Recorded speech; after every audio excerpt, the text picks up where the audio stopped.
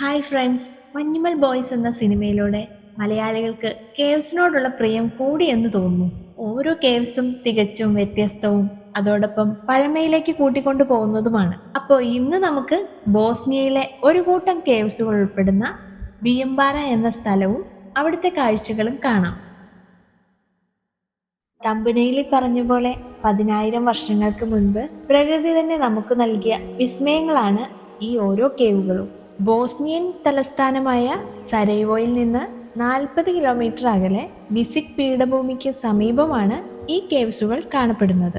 ഇതാണ് കേട്ടോ entry point. ഇവിടെ റൈറ്റ് സൈഡിൽ നമ്മുടെ വാഹനങ്ങൾ പാർക്ക് ചെയ്ത് 1 കിലോമീറ്റർ കാട്ടിലൂടെ നടന്നു വേണം ഗുഹയ്ക്കരികിലെത്താൻ. നടക്കുവാൻ ബുദ്ധിമുട്ടുള്ളവർക്ക് ഒരു ട്രോളി ട്രെയിൻ സൗകര്യം ഇവിടെ ഒരുക്കിയിട്ടുണ്ട്. അതിനായി വൺ സൈഡ് ട്രാവലിനായി ഫീസ് 2 കൺവേർട്ടഡ് മാർക്കാണ് ഒരാൾക്ക് ഈടാക്കുന്നത്. കേവ്സിനുള്ളിലേക്ക് പ്രവേശിക്കാനുള്ള ഫീസ് നമുക്ക് 5 കൺവേർട്ടഡ് മാർക്കാണ്. ഇവിടുത്തെ സ്വദേശികൾക്കാണെങ്കിൽ 2 കൺവേർട്ടഡ് മാർക്കും. ഈ പ്രദേശം ഒറ്റനോട്ടത്തിൽ പറയുവാണെങ്കിൽ വടക്ക് പടിഞ്ഞാറ് നീണ്ട പർവ്വതവും പുൽമേടുകളും നിറഞ്ഞതാണ്. എന്നാൽ തെക്ക് കിഴക്ക് ഭാഗത്തേക്ക് നോക്കുവാണെങ്കിൽ വലിയ വനമേഖലയായിട്ടാണ് കാണുന്നത്. കുറച്ചങ്ങോട്ട് നടന്നു കഴിഞ്ഞാൽ കാണുന്ന പ്ലേ ഗ്രൗണ്ടാണിത്. പച്ചപ്പുല്ല് വിരിച്ച നല്ലൊരു ശാന്തമായ സ്ഥലം. ഇനിയിപ്പോൾ ഫാമിലി ആയിട്ട് വരുന്നവർക്ക് കുട്ടികളുമായി ആസ്വദിച്ച് നടക്കാനും സ്വസ്ഥമായിട്ട് ഫുഡ് കഴിക്കാനും ഒത്തിരി സ്പേസ് ഇവിടെ പല ഭാഗത്തും കാണാം. ഇതാണ് കേട്ടോ ഞാൻ നേരത്തെ പറഞ്ഞ ട്രോളി ട്രെയിൻ. ഇനിയിപ്പോൾ വയസ്സായവർക്കും നടക്കാൻ ബുദ്ധിമുട്ടുള്ളവർക്കും ഒരു പ്രയാസവും കൂടാതെ ഇരുന്ന് കാഴ്ചകൾ കണ്ട് ഗുഹയിലെത്താം. അതിന് ഈ സൗകര്യം ഭയങ്കര യൂസ്ഫുൾ തന്നെയാണല്ലേ. പിന്നെ ഈ നിരപ്പായോ ശാന്തമായ ഈ ഒരു അന്തരീക്ഷം നല്ലൊരു വൈബ് നമുക്ക് തരുന്നുണ്ട്. കൂടാതെ ജോഗിങ് ചെയ്യാൻ ഇഷ്ടപ്പെടുന്നവർക്ക് പറ്റിയൊരു സ്പോട്ട് കൂടിയാണിത്. ഈ ഒരു ബോർഡ് കണ്ടോ? 2014 FBIH പ്രകാരം റെഡ് ലിസ്റ്റ് വന്നിട്ടുള്ള ഈ പ്രദേശത്തെ വംശനാശം നേരിട്ടുകൊണ്ടിരിക്കുന്ന സസ്യജാലങ്ങളുടെ മാത്രം ലിസ്റ്റാണിത്. 300-ലധികം സസ്യജാലങ്ങൾ ഇവിടെ ഉണ്ടെന്നാണ് അതിൽ പറയുന്നത്. ഇപ്പം നമ്മൾ ഏതാണ്ട് കുറച്ചങ്ങോട്ട് എൻട്രി പോയിന്റ് കഴിഞ്ഞ് നടന്നു വന്നു. അപ്പോൾ കാണുന്ന പ്രൊട്ടക്റ്റഡ് ലാൻഡ്സ്കേപ്പാണ് കേട്ടോ ഇത്. ഈ കാണുന്നതാണ് സ്റ്റെസി എന്ന് വെച്ചാൽ മധ്യകാല ബോസ്നിയയിൽ നിന്ന് കണ്ടെത്തിയ ശവകുടീരങ്ങളുടെ പേരാണ്. ബോസ്നിയയുടെ ബൗണ്ടറി ഏരിയയിൽ നിന്നും 60,000-ലധികം സ്റ്റെസികൾ കണ്ടെത്തിയായിരുന്നു അത്രേ. അതിൽ ചിലത് ക്രൊയേഷ്യ, മോണ്ടിനിഗ്രോ, സെർബിയ എന്നിവിടങ്ങളിൽ കാണാം. 2013 ദേശീയ സ്മാരകങ്ങൾ സംരക്ഷിക്കുന്നതിൻ്റെ ഭാഗമായാണ് 30 സ്റ്റെസി ടോംസ്റ്റോണുകൾ ഇവിടേക്ക് മാറ്റി സ്ഥാപിച്ചേക്കുന്നത്.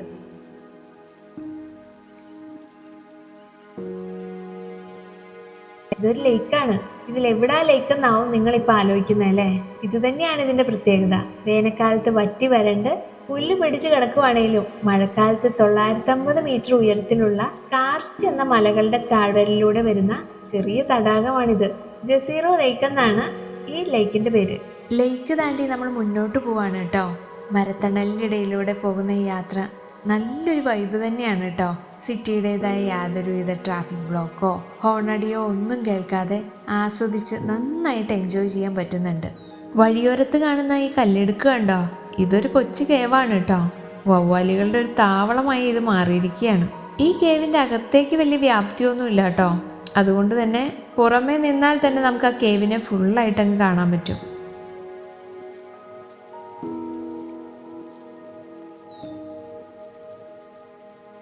ഇനിയൊരു വെറൈറ്റി വഴിയിലൂടെയാണ് കേട്ടോ യാത്ര. മരം കൊണ്ട് നല്ല ഉറപ്പിലുണ്ടാക്കിയിരിക്കുന്ന ഒരു സൂപ്പർ വഴി, അതിൻ്റെ ഒത്ത നടുവേ കൂടെ. ഈ വഴി അങ്ങ് ചെന്നെത്തുന്ന ജംഗ്ഷനാണ് കേട്ടോ ഇത്. ട്രോളി ട്രെയിനൊക്കെ ഇവിടെ വരെയാണ് വന്ന് നിൽക്കുക. അത്യാവശ്യം സഞ്ചാരികളെ ആകർഷിക്കും വിധം കുറച്ച് വ്യത്യസ്തമായ കടകളൊക്കെ ഇവിടെ കാണാം കേട്ടോ. ഇനി നമ്മുടെ മെയിൻ ഡെസ്റ്റിനേഷൻ കേവിലേക്ക് കയറാൻ പോവാണേ. അതിനായിട്ട് ഒരു 2.5 കൺവേർട്ടർ മാർക്ക് എൻട്രി ഫീ ആയിട്ട് കൊടുത്തേച്ച് നമുക്ക് ഈ വഴി പോവാം. ടിക്കറ്റ് എടുത്തേച്ച് മുന്നോട്ട് പോയാൽ ആദ്യം കാണുന്നത് ശാന്തമായ ഒരു സ്ഥലത്ത് ഭംഗിയായിട്ട് നിർമ്മിച്ചേക്കുന്ന ചെറിയൊരു റെസ്റ്റോറൻ്റ് ആണ്. അതിനോട് ചേർന്ന് തന്നെ ബിയംബാര പേഴ്സണ എന്ന് എഴുതിയിരിക്കുന്ന വലിയ കവാടം കാണാം. ഇതിനുള്ളിലാണ് നമ്മുടെ മെയിൻ ഡെസ്റ്റിനേഷൻ വരുന്നത്. ഈ എൻട്രൻസിനുള്ളിലൂടെ നമുക്ക് നേരെ പോവാം. അങ്ങോട്ട് പോയാൽ ചെന്നെത്തുന്നത് ഡോനിയ പെർസിന എന്ന കേവിനരികിലേക്കാണ്. ആ കുന്നിന് മുകളിലായി കാണുന്ന ഗുഹ കണ്ടോ? അതാണ് ഡോനിയ കേവ്. നമ്മുടെ വയനാട്ടിലെ ഗുഹ പോലെ ഇവിടുത്തെ ഒരു വമ്പൻ കേവാണത്. അതുകൂടാതെ രണ്ടാമതായി മറ്റൊരു കേവ് കൂടിയുണ്ട്. നമ്മളിപ്പോൾ ഈ വഴിയാണ് പോകുന്നത്. ഈ നേരെ കാണുന്ന സ്റ്റെപ്പ് കയറിയാലാണ് നേരത്തെ കാണിച്ചു തന്ന ഡോനിയ കേവിലേക്കുള്ള വഴി. നേരെ കാണുന്ന അതേ സ്റ്റെപ്പിന് ലെഫ്റ്റ് സൈഡിലായിട്ട് വേറൊരു വഴി കാണാം. ആ താഴത്തോട്ടുള്ള വഴിയിലൂടെ പോയാലാണ് നമ്മുടെ മെയിൻ കേവിലേക്ക് വരാൻ പറ്റുക. ഈ ഗുഹയ്ക്കൊരു പ്രത്യേകതയുണ്ട് കേട്ടോ. വേറൊന്നുമല്ല, നമ്മൾ ഇവിടെ പുറപ്പെടുവിക്കുന്ന എന്ത് സൗണ്ട് ആണെങ്കിലും ആ സൗണ്ട് വലിയ റെസൊണൻസായി പ്രതിഫലിപ്പിച്ച് വരും. അതുകൊണ്ട് തന്നെ ഈ കേവിനെ കച്ചേരി ഹാൾ എന്നുകൂടി പേരുണ്ട്. കേവിൻ്റെ അകത്തേക്ക് പ്രവേശിക്കും മുമ്പ് തന്നെ കേവിനെക്കുറിച്ചുള്ള ഏകദേശ അറിവൊക്കെ അവർ ജിയോളജിക്കൽ രീതിയിലും പണ്ടത്തെ കാലത്ത് ഈ കേവിനുള്ളിൽ മനുഷ്യർ ജീവിച്ചിരുന്നതിനെ കുറിച്ചൊക്കെ പലയിടത്തായിട്ട് വ്യക്തമായി വിവരിച്ചു വെച്ചിട്ടുണ്ട്.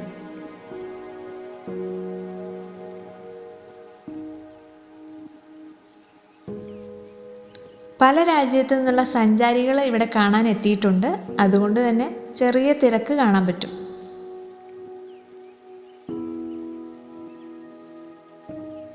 ഇനി നമ്മൾ മുന്നേ എടുത്ത ടിക്കറ്റ് കാണിച്ചു കൊടുത്ത് ഉള്ളിലേക്ക് കയറാം. കൊടും വേനൽക്കാലത്ത് പോലും -ഡിഗ്രിയിലുള്ള തണുപ്പാണ് ഈ കേവിൻ്റെ ഒരു ഹൈലൈറ്റ് ആയിട്ടുള്ളത്. ഉള്ളിലേക്ക് നീങ്ങുമ്പോൾ കാണുന്ന കാഴ്ച കണ്ടോ? കേവിൻ്റെ ഉള്ളിലെ ഭിത്തിഭാഗങ്ങളെല്ലാം ഒന്നിനൊന്നിന് വെറൈറ്റി ആയിട്ടാണ് കാണുന്നത്. ഈ കേവിനുള്ളിൽ മനുഷ്യവാസം ഉണ്ടായിരുന്നു എന്നതിൻ്റെ ഒരു നേർക്കാഴ്ചയായിട്ട് പണ്ടത്തെ ഗുഹാമനുഷ്യനെ ഓർമ്മിപ്പിക്കുന്നത് പോലെ തീ കൂട്ടുന്ന ഒരു മനുഷ്യരൂപം ഇവിടെ ഉണ്ടാക്കി വെച്ചേക്കുന്നത് കണ്ടോ? ഇനി ആ ഭാഗത്തോട്ടൊന്ന് നോക്കിയേ. വവ്വാലുകൾ തൂങ്ങിക്കിടക്കുന്നത് പോലെ എന്തോ ഒന്ന് കറുത്തത് തൂങ്ങിക്കിടക്കുന്നത് കണ്ടോ? അത് വേറൊന്നും അല്ല കേട്ടോ, വെള്ളം ഡ്രോപ്പായിട്ട് വന്ന് അടിഞ്ഞുകൂടി കട്ടിയായിരിക്കുന്നതാണ്. ഇതിന് ഒരുപാട് വർഷങ്ങളെടുക്കും 1 സെൻറ്റിമീറ്റർ എങ്കിലും നീളത്തിൽ വരാനായിട്ട്. ഈ കേവിനുള്ളിൽ നിൽക്കുമ്പോൾ ഉണ്ടാകുന്ന ഫീലുണ്ടല്ലോ, അത് പറഞ്ഞറിയിക്കാൻ പറ്റില്ല. കാരണം ഒരു പ്രത്യേക തണുപ്പും കുമ്മായം തേച്ച പോലെ പല പല ഭിത്തികളിലും വെള്ള കളറിലുള്ള ഒരു ഷാഡോസും ഒക്കെ കാണാൻ എന്തൊരു ഭംഗിയാണെന്നറിയാവോ? ഈ കേവിൻ്റെ ഓരോ ഭാഗത്തു നിന്നും ഓരോരോ തരത്തിലുള്ള ഫോട്ടോസുകളാണ് നമുക്ക് കിട്ടുക. ഇവിടെ വരുന്ന ആരും തന്നെ ഫോട്ടോസുകൾ എടുക്കാതെ മുന്നോട്ട് പോകുന്നേയില്ല.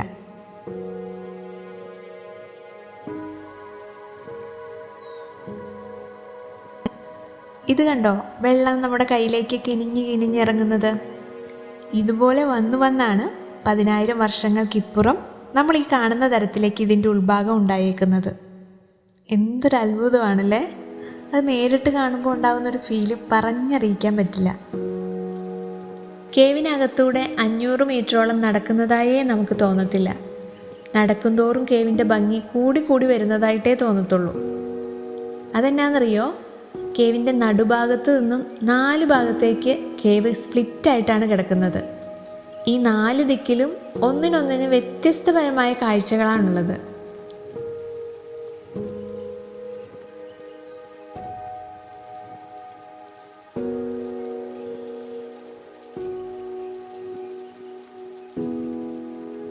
പിന്നെ ആ പോയിന്റ് കണ്ടോ?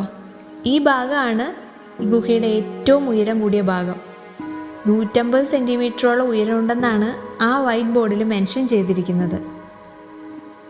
എല്ലാ ഭാഗത്തൂടെ നടക്കാനും ഫോട്ടോ എടുക്കാനും നമുക്ക് കഴിയും കേട്ടോ.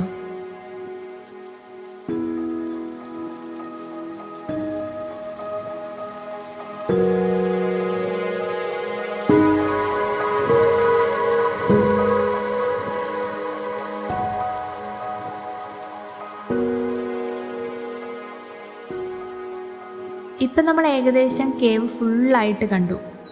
ഇതാണ് കേവിൻ്റെ എൻഡ് ഭാഗമായിട്ട് വരുന്നത്.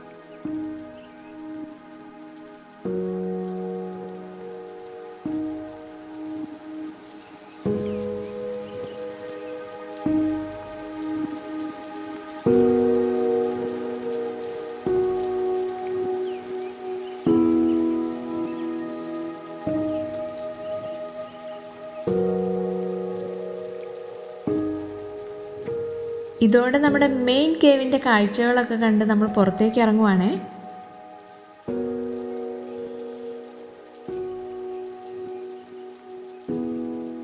ഈ കാണുന്ന കുഞ്ഞു സ്റ്റെപ്പുകളൊക്കെ കയറി ചെന്നാൽ നമ്മൾ നേരത്തെ വന്ന് നിന്ന ആ ടേണിംഗ് പോയിന്റ് ഇല്ലേ, അവിടേക്ക് എത്തി നിൽക്കും. ഇനിയിപ്പോൾ നമുക്ക് ആ കാണുന്ന സ്റ്റെപ്പ് കയറി ചെന്നേച്ച് മുന്നേ കാണിച്ചു തന്ന മുകളിലത്തെ ഡോണിയ പെർസിൻ എന്ന കേവിലേക്ക് പോവാം.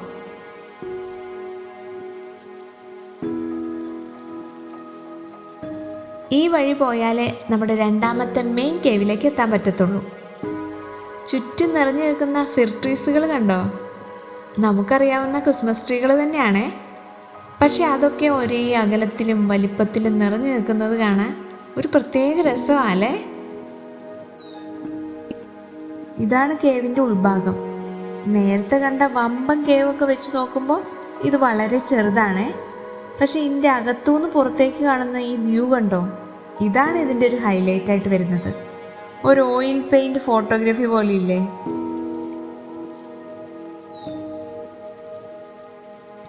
പിന്നെ ഇവിടെ എടുത്തു പറയേണ്ട ഒന്ന് ഇവിടുത്തെ ടെമ്പറേച്ചറാണ്. കേവിൻ്റെ അകത്താണെങ്കിൽ നല്ല തണുപ്പും എന്നാൽ പുറത്താണെങ്കിൽ നല്ല ചൂടും. അത് എൻറ്റയർലി ഡിഫറെൻ്റ് ആയി തന്നെ നമുക്ക് എടുത്ത് ഫീൽ ചെയ്യുന്നുണ്ട്. ഈ കേവ് എന്നാ ഉയരത്തിലാണെന്ന് ഇവിടുന്ന് താഴേക്ക് നോക്കുമ്പോഴേ നമുക്ക് ഫീൽ ചെയ്യത്തുള്ളൂ. കാരണം ഇതിന് ചുറ്റിലും നല്ലപോലെ സെറ്റ് ചെയ്തിട്ടുണ്ട്. കയറാനും ഇറങ്ങാനും സൗകര്യത്തിന് കൈവരിയുള്ള സ്റ്റെപ്പും, അങ്ങോട്ട് ഇറങ്ങാനോ ഇങ്ങോട്ട് ഇറങ്ങാനോ യാതൊരു പാടുമില്ല. ഈ കേവ് എന്നാ ഉയരത്തിലാണ്, എന്നാലും സഞ്ചാരികൾക്ക് യാതൊരു കുറവുമില്ല. അതങ്ങനെയാ. യാത്രയെ സ്നേഹിക്കുന്നവർക്ക് പ്രായമോ ദൂരമോ ഒന്നും ഒരു പ്രശ്നമേ അല്ല. അതെൻ്റെ ഓരോ യാത്രയിലും തെളിയിക്കപ്പെടുന്ന ഒരാളെയെങ്കിലും ഞാൻ പരിചയപ്പെടാറുണ്ട്. അതെനിക്ക് വലിയൊരു ഇൻസ്പിറേഷനാണ് കേട്ടോ. അങ്ങനെ നമ്മുടെ ബിയ്യംപാറ എന്ന ഡെസ്റ്റിനേഷൻ കണ്ട് തിരിച്ചു പോരുവാണേ. നേരത്തെ കണ്ട ഷോപ്പുകളൊക്കെ ഒന്നുകൂടെ കയറി കണ്ടേച്ച് പോവാം.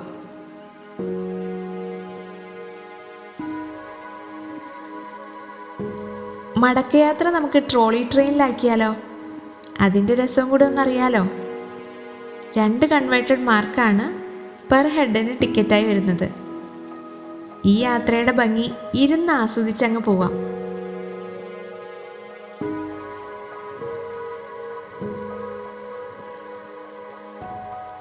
ഈ യാത്രയുടെ കാഴ്ചാനുഭവങ്ങൾ എല്ലാവർക്കും ഇഷ്ടമായെന്ന് കരുതുന്നു.